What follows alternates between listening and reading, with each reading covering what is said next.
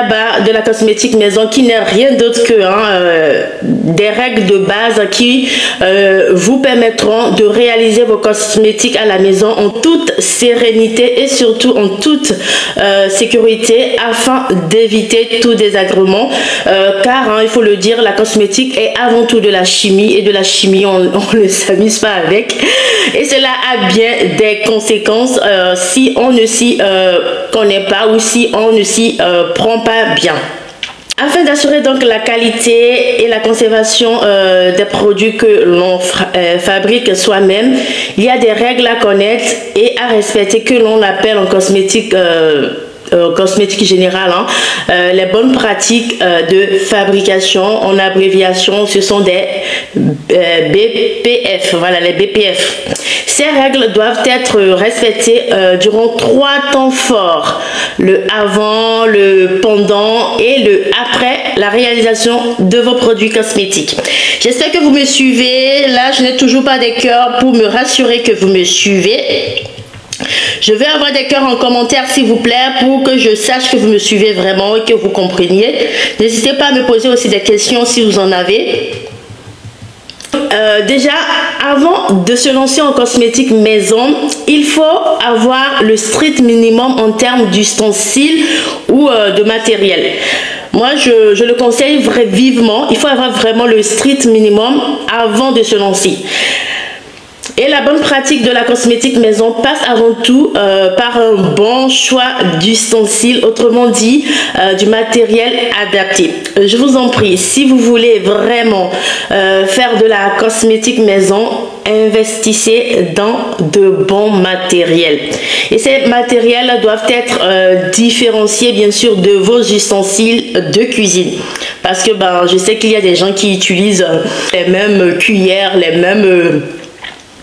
mêmes spatules pour la cuisine et pour la cosmétique. Ce n'est pas une bonne idée. Vraiment, différencier vos ustensiles de cuisine de vos matériels de cosmétique fait maison. Je l'ai dit tout à l'heure, la cosmétique, c'est avant tout de la chimie. Et de la chimie, ce n'est pas des trucs qu'on devait avaler, donc ce n'est pas bien pour l'organisme en quelque sorte. On interne ou le fait de l'avaler, ça ne serait pas bien pour notre santé. Et qu'est-ce que j'appelle par matériel adapté? Parce que j'ai dit tout à l'heure, il faut vraiment avoir le matériel adapté. Le matériel adapté, qu'est-ce que j'appelle par matériel adapté? C'est déjà une balance de précision. C'est ça. La reine. Donc voilà, la balance de précision. Moi, je conseille toujours ça. Il faut vraiment avoir la balance de précision. Il n'y a pas de la magie, C'est ça qui vous permettra de vraiment mesurer vos quantités au gramme près. Donc la balance de précision à 0,1 gramme. Ça ressemble à ça. Quelque chose. Vous pouvez en avoir plus grand que ça, mais ça fait déjà l'affaire. La balance de précision à 0,1 gramme pour peser au gramme près les ingrédients. La balance, cette balance est plus précise. La balance, c'est vraiment le cœur. Je le dis comme ça, c'est le cœur de la cosmétique maison. Sans la balance, vraiment, je ne sais pas ce que vous allez peser. Vous n'allez pas peser en cuillère ou en balance de cuisine. Moi, je déconseille ça. Les balances de cuisine ne sont pas souvent assez précis. Je les déconseille. Ça, je le dis tout le temps dans mes vidéos. Je déconseille. Si vous voulez vraiment faire de la cosmétique maison, achetez la balance de précision à 0,1 gramme. C'est très précis. Donc, avoir du matériel adapté passe aussi par de l'alcool modifié à 70 degrés ouais, mon alcool modifié, voilà, mon alcool modifié est là. Je vous avais déjà montré ça la fois dernière. On enlève la balance. Donc, c'est ça, l'alcool modifié à 70 degrés. Pour la désinfection de vos ustensiles et surtout vos contenants en plastique qui ne supportent pas de la chaleur. Donc pourquoi à 70 degrés? Parce que simplement c'est le plus efficace sur le marché pour dénaturer en quelque sorte les bactéries. Et aussi on peut désinfecter ces ustensiles à chaud, c'est-à-dire les ustensiles en verre, en inox, tout ce qui pourrait supporter la chaleur. Il suffit juste de faire bouillir ces ustensiles pendant 5 à 10 minutes à feu moyen ou oui, à feu moyen, et vous allez les stériliser. Merci, on continue de tapoter les gars, on continue de tapoter. Bienvenue à toutes les personnes qui nous ont rejoints. Ce live parle des b.a.-ba de la cosmétique maison, qui sont donc des règles de base à connaître et à respecter afin de concocter, de réaliser ces cosmétiques maison en toute sécurité, en toute sérénité. Après l'alcool, il faut avoir un thermomètre digital. Ça ressemble à ça. Je vous avais déjà montré ça aussi. Ça, je vous l'avais montré aussi. Donc, ça ressemble à ça. Le thermomètre digital vous permet de contrôler la température de vos phases afin de respecter la température des fontes des émulsions, parce que des émulsifiants, pardon, parce que chaque émulsifiant a un point de fusion à atteindre afin que votre émulsion prenne. Donc il faut un thermomètre digital qui vous permettra de contrôler la température de fonte de vos émulsifiants. Et ça, c'est très facile d'utilisation. Il suffit juste de l'allumer pendant que votre préparation, c'est on, voilà, off. De l'allumer, voilà. Pendant que votre préparation est au feu, et vous l'introduisez simplement dans votre préparation comme ça. Et ça vous dira la température à laquelle votre préparation est. Et aussi, il faut savoir que certains actifs ou ingrédients tels que les huiles essentielles sont sensibles à la chaleur. Il est donc important de les intégrer dans vos préparations en dessous de 40 degrés afin de ne pas simplement les altérer. Et donc ce matériel vous sera aussi utile pendant ce temps. Il y a aussi une astuce pour pouvoir connaître si on n'a pas le thermomètre, parce que je suppose ça, mais ça ne coûte rien, hein. Bon, je ne connais pas la poche de tout le monde. Si vous pouvez, il faut acheter pour vous éviter toutes sortes de problèmes. Si vous ne pouvez pas, ce n'est pas... je vais aussi acheter le thermomètre. Mais oui, c'est très indispensable. C'est très indispensable. Au début, moi, je ne l'avais pas non plus. Hein. Au début, je ne l'avais pas. Donc, avec le temps, j'ai vu que c'était nécessaire. Je l'ai pris. Ça m'a coûté 2 €, moins de 3 € quand même. Ça m'a coûté moins de 3 €. Donc, qu'est-ce que je disais? Bon, voilà, je parlais de l'astuce qui pourra vous permettre aussi de connaître à peu près la température de fonte de votre émulsifiant.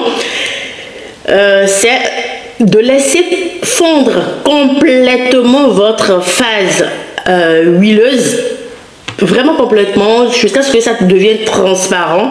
Vous êtes sûr que vous avez atteint la température de fonte, vous êtes sûr?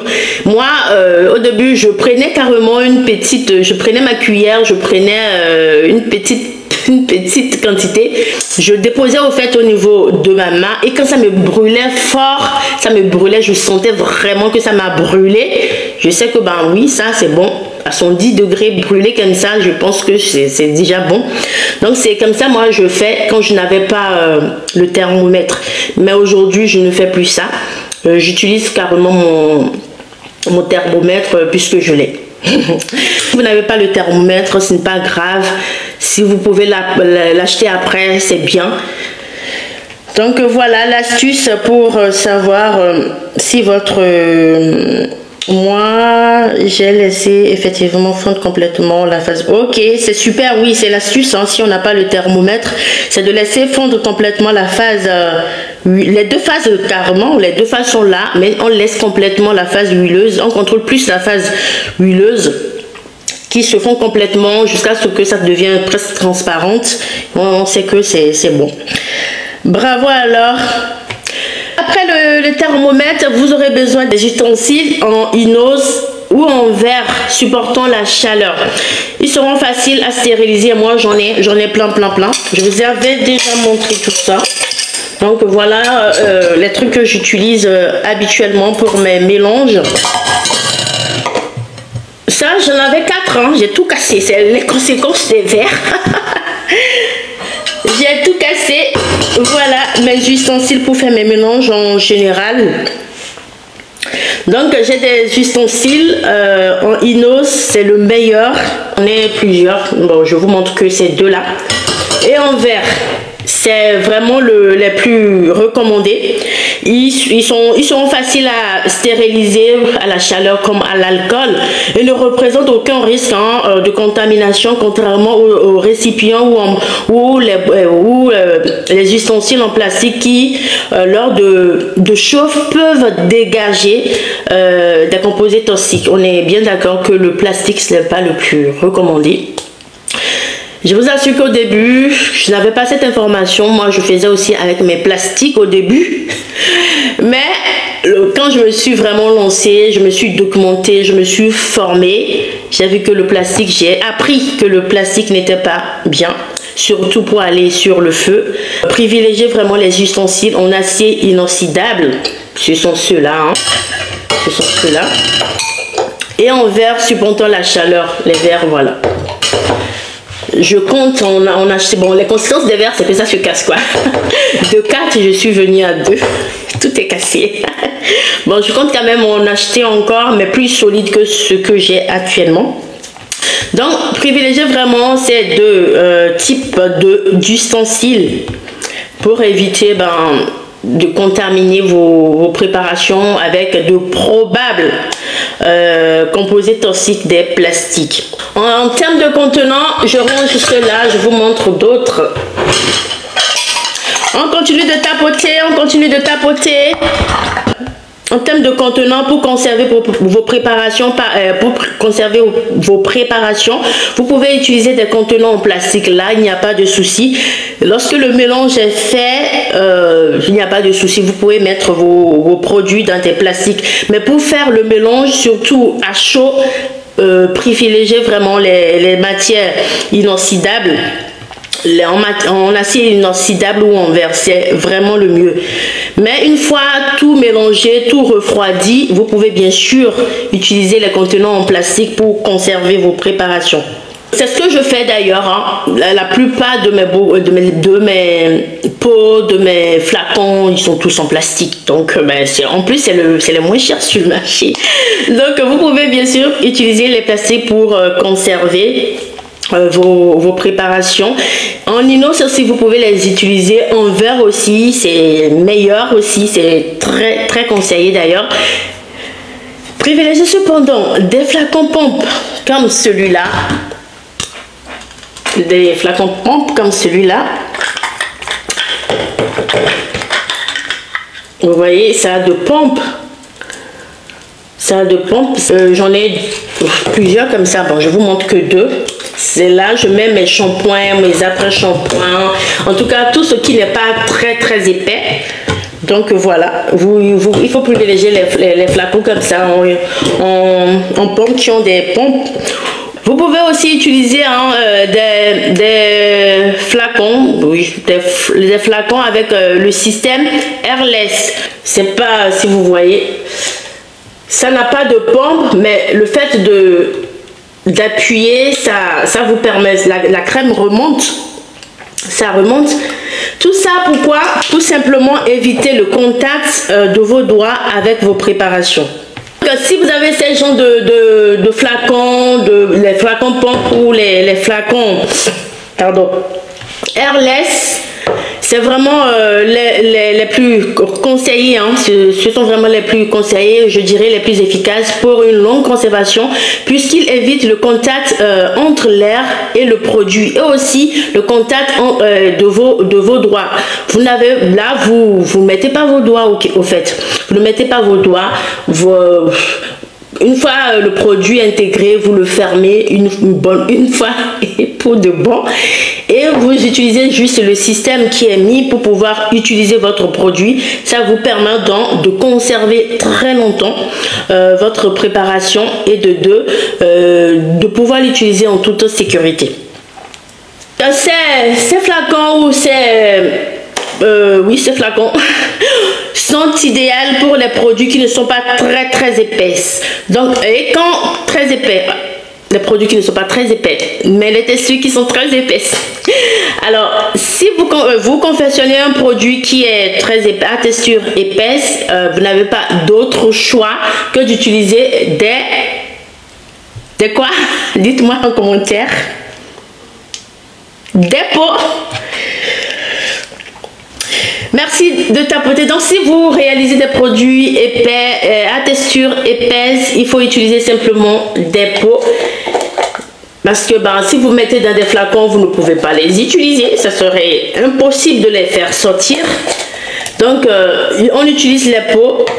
Et pour éviter qu'il y ait le contact avec vos mains, utilisez, je vous conseille, c'est ce que je conseille de toute façon, utilisez une petite spatule, comme ça peut-être, une petite spatule ou une petite cuillère en bois pour prélever la quantité que vous voulez utiliser. N'ayez pas l'habitude de mettre vos mains. J'avoue que moi aussi, quand je suis pressée, je le fais.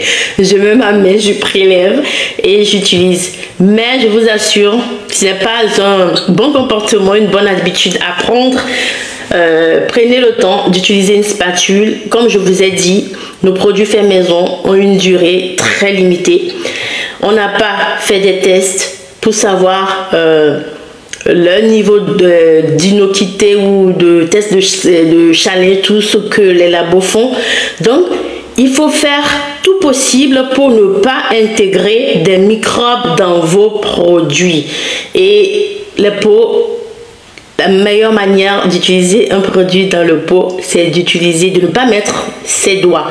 Parce que nos doigts, même bien nettoyés, on dit bien nettoyés, les microbes, on ne les voit pas. Ça reste toujours quelque chose. Donc, pour éviter tout ça, il faut simplement utiliser une spatule ou une petite cuillère pour prélever. Je sais que c'est parfois c'est trop long pour nous parce que je sais ce que je dis. Ça semble trop long. On pouvait mettre ça directement et voilà, on utilise sur ses cheveux. Ce n'est pas une bonne habitude à prendre. Utiliser des spatules. Au départ, moi, je n'avais pas non plus ça. C'est petitement. Vous n'êtes pas obligé de tout acheter tout de suite. Je vous en prie, évitez de mettre vos doigts dans vos pots de produits, que ce soit de masque, que ce soit de crème ou toute autre chose. On n'oublie pas non plus de dédier un endroit à la réalisation de vos cosmétiques maison. En quelque sorte, un petit coin. Vous pouvez l'appeler labo, tout ce que vous voulez. Un petit coin, dédiez vraiment un petit coin. Ne faites pas vos cosmétiques maison partout dans votre maison. Dédiez vraiment un petit coin pour pouvoir réaliser vos cosmétiques maison. C'est vraiment important. Assurez-vous que ce soit un endroit facile à nettoyer et surtout à désinfecter. À part sortir pour aller chauffer ou pour préparer quelque chose, faire un mélange à chaud, je suis toujours dans cet endroit que j'ai réservé pour mes cosmétiques maison. Je vous en prie, si vous avez cette possibilité, faites-le. Sinon, ce n'est pas encore grave. J'espère que vous me comprenez, que ce que je vous partage vous est utile. Bon, je sais que certaines personnes le savent déjà ou ne savent pas tout, puisque plusieurs me suivent sur YouTube. Je n'ai pas une vidéo dédiée comme ça au b.a.-ba de la cosmétique maison, mais dans mes vidéos, je répète certains points que je partage aujourd'hui. J'utilise mes gants pour me protéger et protéger aussi tout ce que je fais. Donc le gant, je vous en prie, même si on lave les mains, c'est pas totalement sécurisant en fait. C'est pas totalement sécurisant. Le gant, il faut le porter, ça vous protège et ça protège tout ce mélange que vous faites aussi. Donc moi je conseille de l'avoir de l'avoir. Ça ne coûte pas. J'ai pris le paquet, c'est ça, il y a combien de temps? 100 je crois. 100. Pendant le confinement, je l'avais pris à 6 euros. Encore ce temps, c'était cher. Parce que vous savez, tous ces scandales derrière les masques, les gants, l'alcool hydroalcoolique, tout était devenu cher parce que bah, c'était devenu rare.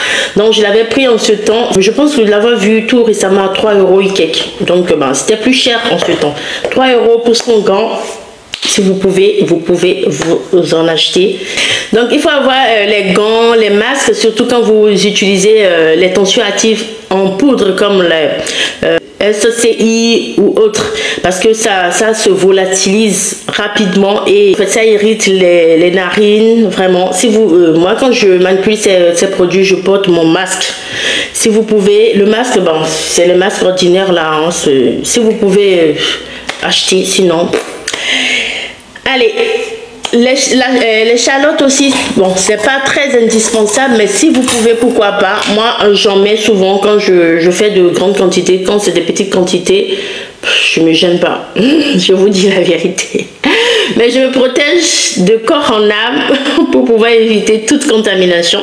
Voilà, en quelque sorte, l'échalote. J'en ai, bon, ça ne me reste plus beaucoup. C'est quelque chose, ça se présente comme ça. Et ça se vend aussi en grande quantité, une trentaine ou une cinquantaine dans la boîte. Donc voilà, vous pouvez, ça c'est pour protéger vos cheveux, protéger aussi que bah, vos cheveux ne tombent dans vos produits. Une fois que vous ayez tous ces matériels, vous pouvez avoir cette sécurité, cette sérénité de vous lancer dans la cosmétique maison. C'est vraiment le strict minimum, hein. Le strict minimum, bon, sans oublier d'autres ustensiles de mélange, les cuillères, le fouet, etc., etc. Ça c'est pour prélever en quelque sorte les ingrédients en poudre comme en pastille. C'est très, et ça c'est pour prélever les ingrédients en liquide. C'est plus sécurisant. Ça c'est un mélangeur, hein, c'est pour mélanger. Donc si vous faites l'effort d'avoir tous ces matériels, vous êtes sûr de réaliser vos cosmétiques en toute sécurité, en toute sérénité. Donc maintenant on a parlé des matériels, on va parler maintenant des précautions à prendre avant la fabrication de vos préparations. Avant toute formulation ou toute réalisation de vos produits cosmétiques, il faut respecter un certain nombre de mesures d'hygiène. Ça, est-ce qu'on doit le dire? Vous le savez déjà, avant de manger, vous lavez les mains. Donc avant de manipuler tout produit cosmétique dans votre maison, dans votre labo dédié à la maison, la première règle qui s'impose pour éviter tout risque de contamination, c'est bien sûr de se laver les mains soigneusement. C'est vraiment indispensable. J'espère que vous me suivez, hein? C'est vraiment indispensable.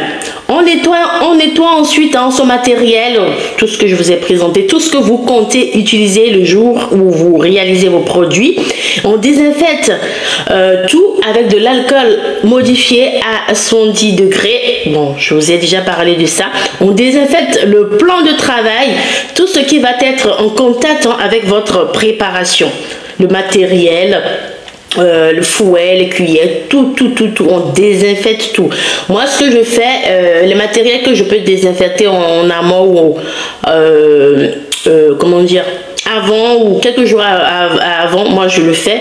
Et c'est souvent la table, le plan de travail ou mes trucs de mélange que je fais le jour J. Sinon, la majorité du temps, je désinfecte déjà mon bocal, tout ce que j'ai comme bocal, je les désinfecte et je les mets dans un sac fermé.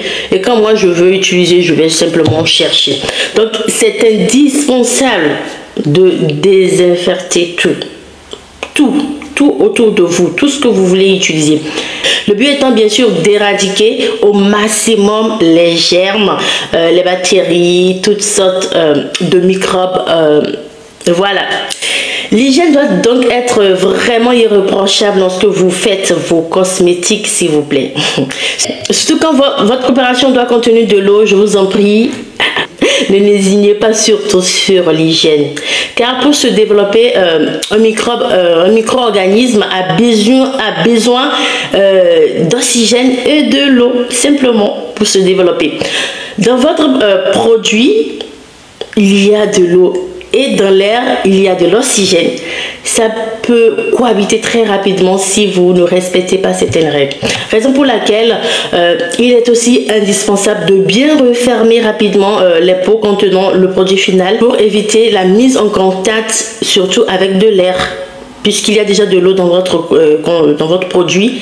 Et voilà ce qu'il faut faire avant la préparation de vos produits. Maintenant, pendant la préparation, on veille à réduire au maximum le contact avec les ingrédients qu'on veut utiliser.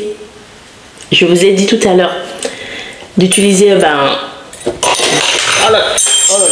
j'ai oublié, c'est tombé, désolé, d'utiliser les petites cuillères comme ça, ou ça pour prélever les produits en poudre, en pastille, et ça pour prélever en quelque sorte les produits liquides. Et aussi le gant vous permet de réduire, tout à l'heure je l'ai dit, c'est indispensable, de réduire le contact de vos doigts avec les ingrédients que vous comptez utiliser. Tout ceci pour éviter le risque de contamination. N'utilisez donc pas vos doigts pour prélever vos ingrédients, mais des ustensiles adaptés. Est-ce que je dois encore répéter? Pipette, cuillère, spatule, etc. Il est également conseillé de porter un équipement de protection adéquat. C'est le gant, la chalotte et un tablier si vous avez, sinon une bourse. Sinon, ce n'est pas indispensable. Ou vous dédiez carrément une tenue pour ça. C'est possible aussi. On ne va pas se ruiner non plus pour réaliser nos cosmétiques à la maison. Donc, un autre point important, c'est le dosage. Un autre point important pendant la fabrication de votre produit, c'est le dosage. Vraiment, il ne faut pas lésiner sur ça. Je vous en prie. Je vous en prie. C'est important de respecter vraiment les dosages préconisés. Sincèrement, c'est important. C'est ça, c'est là où il y a même le danger, je ne vous cache pas. Pour un effet maximum du produit et pour ne pas avoir d'effet indésirable, il est nécessaire de respecter scrupuleusement les dosages indiqués par les fournisseurs. Ces dosages ou ces quantités ont été étudiés. Car un dosage trop faible donnera un produit final sans effet, ça c'est sûr.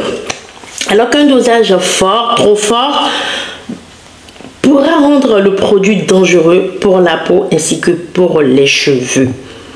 Le dosage, vraiment, c'est le point à ne pas surtout négliger, à ne pas s'amuser en quelque sorte avec quand on fait la cosmétique maison. Pour respecter au mieux les dosages indiqués, je vous conseille fortement, je le répète toujours dans mes vidéos, une balance de précision.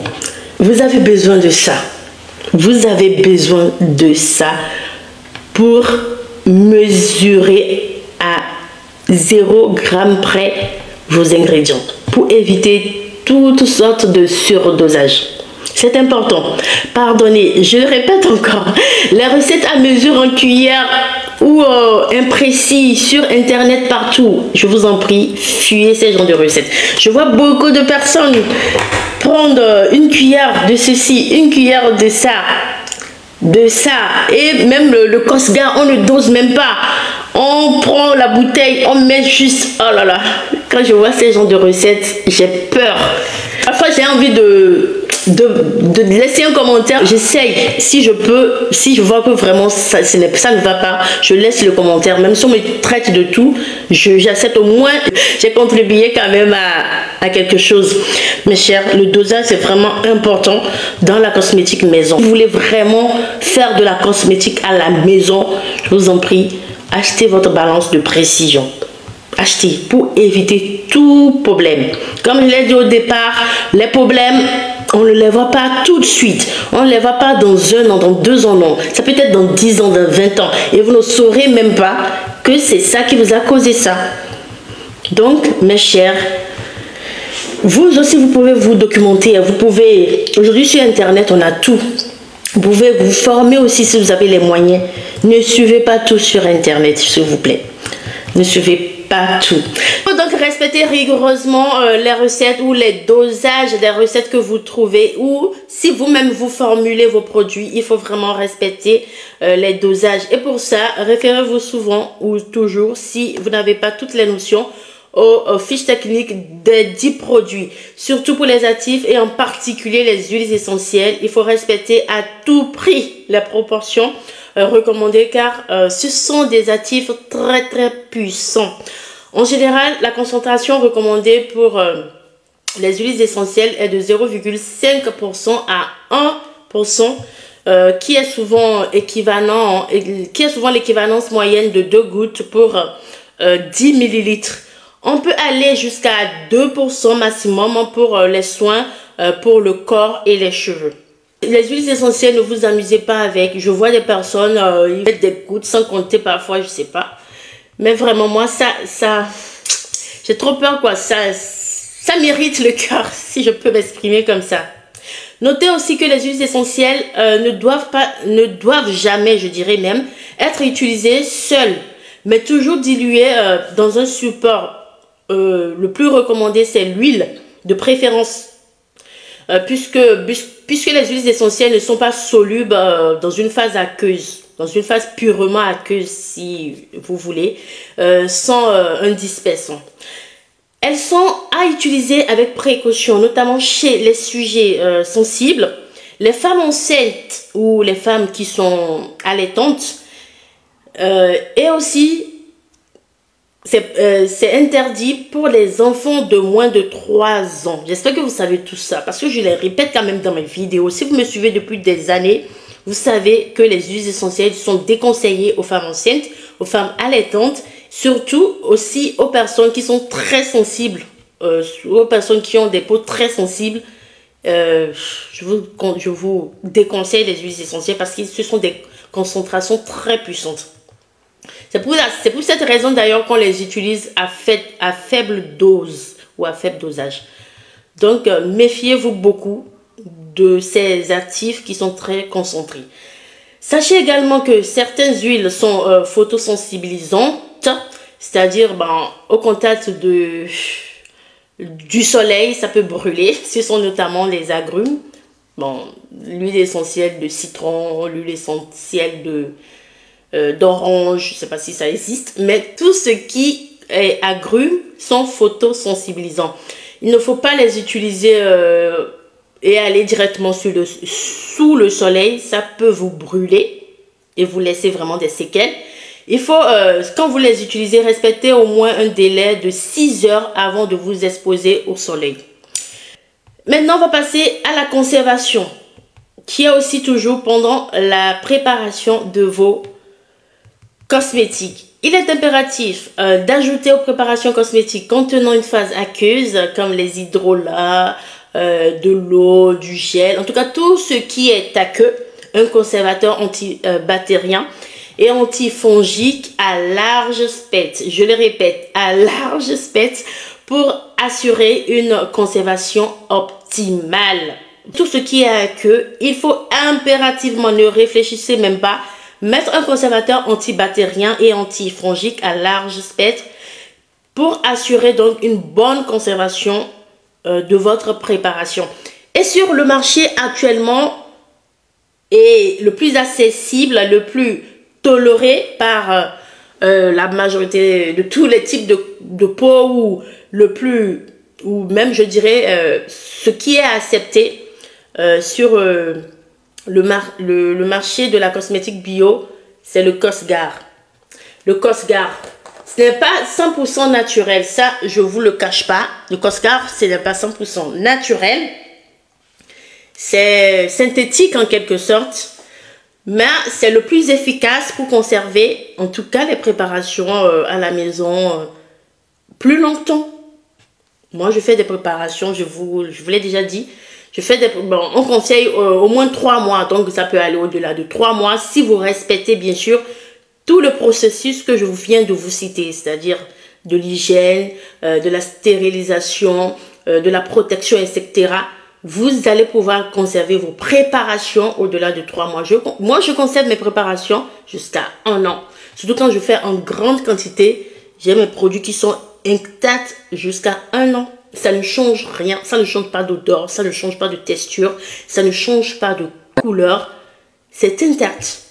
Donc, le Cosgar, mine de rien, c'est le plus efficace sur le marché. Je suppose que vous le connaissez bien sûr. Hein? Tout récemment, j'ai découvert où Aromazone a mis sur le marché un deuxième qui, selon les dires de la marque, est l'équivalent plus naturel du Cosgar. C'est celui-là. Je le teste actuellement. Ils appellent ça Dermosoft. Voilà, Dermosoft. Je suis en train de le tester actuellement. Bon, je n'ai pas encore. C'est pour ça que je n'ai pas encore parlé. Je l'ai pas. J'ai pas encore mentionné dans mes recettes. Je suis en train de faire le test. Je l'ai pris tout récemment, en début de l'année, là, en janvier, je crois. Donc, j'ai fait une préparation. Je l'ai mis dedans. J'observe la préparation. Donc, pour le moment sur le marché, il n'y a que ces deux-là, le Cosgar et tout récemment celui-là, qui est accessible. Le prix est raisonnable pour la conservation des produits cosmétiques maison. Donc, ce conservateur permet de conserver au-delà de 3 mois. Il faut aussi impérativement l'intégrer à froid, c'est-à-dire à température inférieure à 40 degrés. Donc, à partir de 40, ça peut aller 40, 35, 30. En tout cas, de toute façon, moi, je l'intègre souvent à froid parce que avant de faire le mélange, tout ça, ma préparation est déjà froide. Le deuxième, qui est récemment mis sur le marché par la même marque, se dose à minimum 4% pour être aussi efficace que le Cosgar.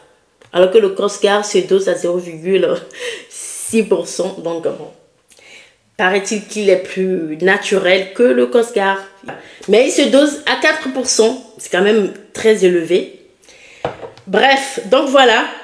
Voilà les deux conservateurs. Si vous voulez vraiment vous mettre dans la cosmétique maison, voilà les deux conservateurs que je vous conseille d'utiliser et qui vous permettront de conserver vos préparations au-delà de 3 mois.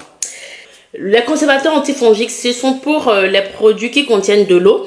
Maintenant, lorsque vous préparez un produit qui ne contient pas de l'eau, l'idéal est de mettre un anti-oxydant. Un anti-oxydant, généralement, c'est de la vitamine E qui est sur le marché. De la vitamine E, ça permet donc de préserver au fait vos huiles et vos beurres de l'oxydation. On peut dire en langue vulgaire, ça évite que vos huiles et vos beurres pourrissent. Voilà. Donc, et quand vous mettez l'antioxydant vitamine E, vous pouvez conserver ce genre de produits, c'est-à-dire les beurres, les mélanges d'huile, les sérums, etc. de 6 à 12 mois quand vous les mettez, quand vous mettez de l'antioxydant vitamine E. En quelque sorte, je peux dire de façon vulgaire encore que c'est le conservateur de la phase grasse, des produits gras. Ce n'est pas le mot conservateur ou l'expression. Bon, le mot conservateur, ce n'est pas approprié parce que ce n'est pas un conservateur. Un conservateur évite les microbes, les bactéries. Celui-ci, il évite simplement que l'huile ou le beurre rancissent, c'est-à-dire vieillissent. Donc, c'est vraiment, faites attention. Évitez les recettes où on met juste de la vitamine E dans une crème ou de l'huile essentielle juste dans une crème. Ce ne sont pas des conservateurs à large spectre. Vous avez besoin d'un conservateur à large spectre si vous mettez de l'eau dans votre préparation. J'espère que vous avez saisi la différence entre la vitamine E et les conservateurs, c'est-à-dire l'antioxydant et les conservateurs. Aussi, c'est un bon site. Oui, c'est aussi un bon site, hein, Aromazone. Quand on se le dit, c'est quand même un bon site, Aromazone. Il y a presque tout, hein. Il y a presque tout. Il y a My Cosmetics aussi, oui. Il y a My Cosmetics aussi. Oui, ils sont bien. Il y a aussi Jolie Essence. Jolie Essence et WAM, voilà, WAM. Et au passage, si je peux me permettre, Sur WAM, vous pouvez bénéficier, je suis en partenariat, en collaboration en quelque sorte avec eux. Le code, c'est la Cité des Crépus 10. Donc voilà le code pour avoir 10% sur le site de la marque WAM, sur tout le site. Hein. Pour avoir les 10%, c'est la Cité des Crépus 10. Lorsque vous voulez valider votre commande, il suffit juste de mettre le code promo et vous avez les 10% de réduction. Vous économisez en quelque sorte 10%. Il n'est donc pas utile de mettre un conservateur dans des cosmétiques destinés à usage immédiat, tels que les masques pour le visage avec peut-être l'argile verte, ou avec le curcuma, ou avec du concombre, ou en tout cas tous les soins immédiats, les soins minutes comme on les appelle, que ce soit pour le corps, pour le visage ou pour les cheveux. Vous n'avez pas besoin puisqu'on ne les conserve pas. Mais dès que c'est un produit qui est destiné à être conservé plusieurs semaines, minimum à partir d'un mois, c'est-à-dire au-delà de 1 mois, 2 mois, mettez toujours un conservateur. Vous pouvez conserver par exemple une crème sans conservateur au frigo maximum 4 semaines. Maximum 4 semaines. Maximum 4 semaines au frigo de préférence, pas à température ambiante. Alors que là, avec le Cosca et l'autre, vous pouvez conserver plus de 3 mois à température ambiante. Il suffit juste de faire quoi? De ne pas mettre votre produit en contact de l'air, de ne pas mettre votre produit en contact de la lumière. Il est toujours préférable d'avoir un armoire dédié, ce que moi je fais d'ailleurs. De privilégier aussi des contenants ombrés, comme celui-là. Par exemple, on ne voit pas du tout le produit, on ne voit pas le produit n'est pas du tout en contact de la lumière. Vous voyez les contenants ombrés, comme ça. C'est comme ces verres-là aussi, hein. On ne les voit pas, c'est ombré, on ne voit pas le produit. Le produit n'est pas en contact direct avec l'air. Mais ça, bon, c'est en contact avec la lumière. Donc ça, c'est en contact avec la lumière. Ce n'est pas trop conseillé. Mais pour éviter tout problème, il faut les mettre dans un endroit où il n'y a pas de lumière, où tout est sec, il n'y a pas d'humidité. Ça, je le répète toujours dans mes vidéos YouTube. Donc, si vous me suivez depuis longtemps, vous devez déjà le savoir. Et maintenant, qu'est-ce qu'on fait après la réalisation de votre produit? Si vous avez respecté les règles d'hygiène que j'ai citées plus précédemment, si vous avez bien dosé vos préparations, si vous avez stérilisé vos bocaux, vous avez bien, j'oublie aussi, il faut toujours contrôler le pH de votre produit. Ce sujet, vraiment, je veux faire un direct là-dessus. Je reviendrai parce que le pH, c'est très important. Je vous en prie, le pH, beaucoup ne le font pas. Le pH, c'est très important. Je ferai un autre direct là-dessus. Dites-moi si vous voulez en savoir plus. Si vous avez respecté tous ces points, il y a une dernière étape à ne pas non plus négliger. C'est quoi? C'est après la réalisation de vos produits, c'est déjà de vérifier quelques points.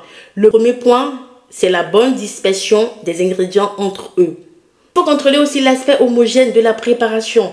Il ne doit pas y avoir d'agglomération ni de déphasage surtout. Quand il y a de déphasage, c'est qu'il y a un problème au niveau de la ration huile et émulsifiant, et surtout aussi de l'eau. Parce que la stabilité d'un produit cosmétique, surtout des émulsions, est due, si je peux m'exprimer comme ça, prend en compte au fait trois éléments. Le ratio entre l'huile, l'émulsifiant et la phase aqueuse. Donc, s'il y a déphasage, c'est qu'il y a un problème de déséquilibre entre ces 3 éléments. Ou s'il ne doit pas avoir de déphasage, on peut rattraper un déphasage. Ça, c'est possible. Je vous partagerai certainement des astuces par rapport à ça. Ça peut aussi être un problème de dosage aussi. Peut-être vous avez mal dosé votre phase aqueuse, etc., etc. Donc, et aussi, le point à ne pas négliger, c'est l'étiquetage de votre produit. l'étiquetage. Étiquettez vos produits. Étiquettez vos produits. Pour mettre de l'étiquette sur mon produit, j'utilise cet autocollant qui est destiné normalement aux photos. Aux photos. Donc, je vais vous montrer à quoi ça ressemble à peu près. Attendez, je vais pousser un peu tout ça. Pour que vous voyez un peu. Donc, voilà. J'utilise ça. Attendez, je vais mettre ça. Comme ça. Je ne sais pas si vous voyez ça. C'est ce que j'utilise pour faire mes étiquettes. Il m'arrive d'utiliser aussi des étiquettes, des enveloppes. Bon, je n'ai pas mis ça de côté. Je vais vous montrer une autre fois. Donc, voilà. C'est ce que j'utilise. Ça se présente comme ça. Voilà. Ça se présente tout blanc comme ça. Et ça se présente tout blanc. Et c'est un autocollant. Et voilà. Des étiquettes que j'ai d'ailleurs réalisées avec.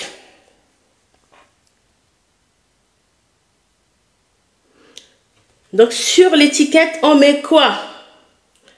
Je crois vous l'avoir déjà dit dans le live précédent. Il faut donner toujours un nom à votre préparation. Ça peut être crème de thon, crème de ci, crème de thon. On met le nom de la crème, la date de la fabrication, date d'utilisation optimale. C'est-à-dire, ici, qu'est-ce que j'ai mis? Voilà, je vous montre à peu près ce que j'ai mis ici. À utiliser de préférence avant le 20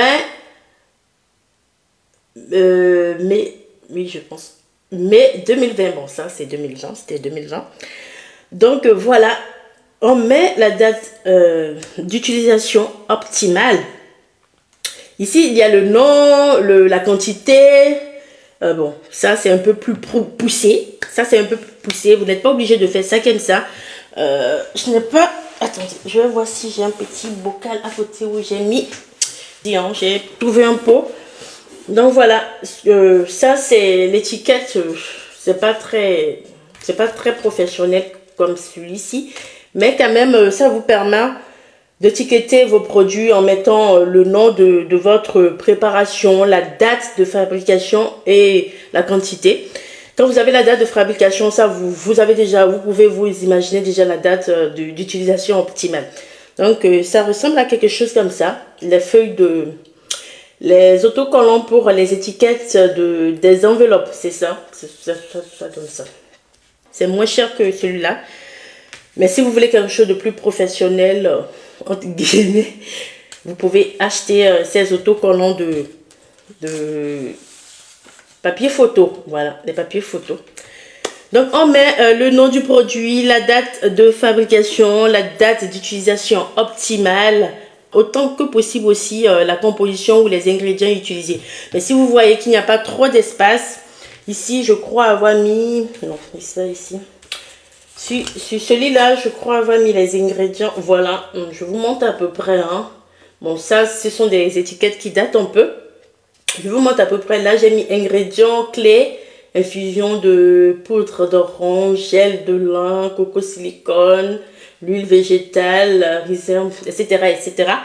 Vous pouvez mettre tous les ingrédients si vous avez de la place. Sinon, vous mettez simplement les ingrédients ou le pourcentage des ingrédients dans un carnet ou un cahier. J'ai le mien à côté. Je sais pas si je sais. Non, c'est pas ça, c'est pas ça. Je sais pas ça. Je n'ai pas le mien à côté. Donc moi aussi j'ai un carnet. Hein. Je ne mets pas tout non plus. J'ai un carnet où je mets toutes mes recettes en fonction. Donc voilà, n'oubliez pas l'étiquette, c'est très important. Conservez-les dans un endroit approprié, à l'abri de la lumière, de la chaleur. Mettez tout hors de la portée des enfants. Moi, j'ai carrément une clé sur la porte de mon bureau. Parce que j'ai des enfants à bas âge. Et à tout moment, elles rentrent partout dans la maison. Donc, j'ai carrément mis une clé dans l'endroit où je stocke tous mes produits cosmétiques. Avant d'utiliser vos produits cosmétiques, je vous en prie, il faut toujours faire un test d'application. c'est très indispensable parce que vous pouvez être allergique à un ou des produits que vous avez utilisés. Ce que je fais, bon, c'est ce qui est conseillé d'ailleurs, je prélève une petite quantité de la préparation, mais bon, c'est souvent des nouveaux produits que je teste. Si c'est des produits que j'ai l'habitude d'utiliser, je ne fais pas ça tout le temps.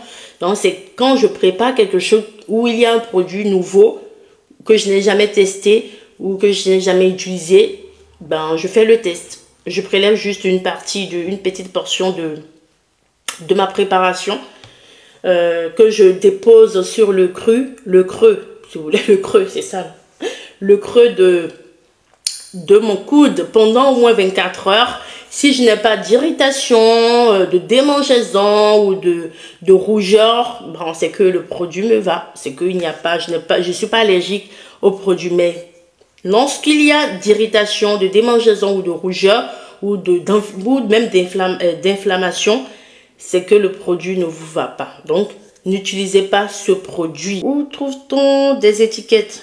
Je l'ai pris à Leclerc, je crois. Oui, c'est à Leclerc. Moi, je l'avais pris. Mais ça, c'est moi-même qui l'ai fait. Hein. Je l'ai fait sur l'ordinateur. Le design, c'est moi-même qui l'ai fait.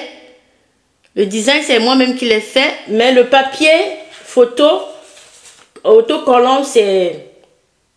Je l'ai pris à Leclerc.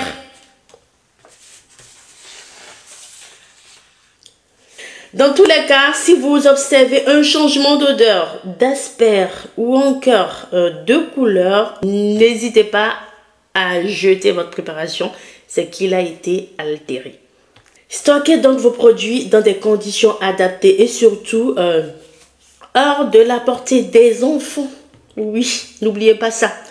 Voilà ce que je voulais partager avec vous aujourd'hui sur les b.a.-ba de la cosmétique maison, les règles qu'il faut suivre pour ne pas avoir des désagréments après avoir utilisé tel produit ou tel produit.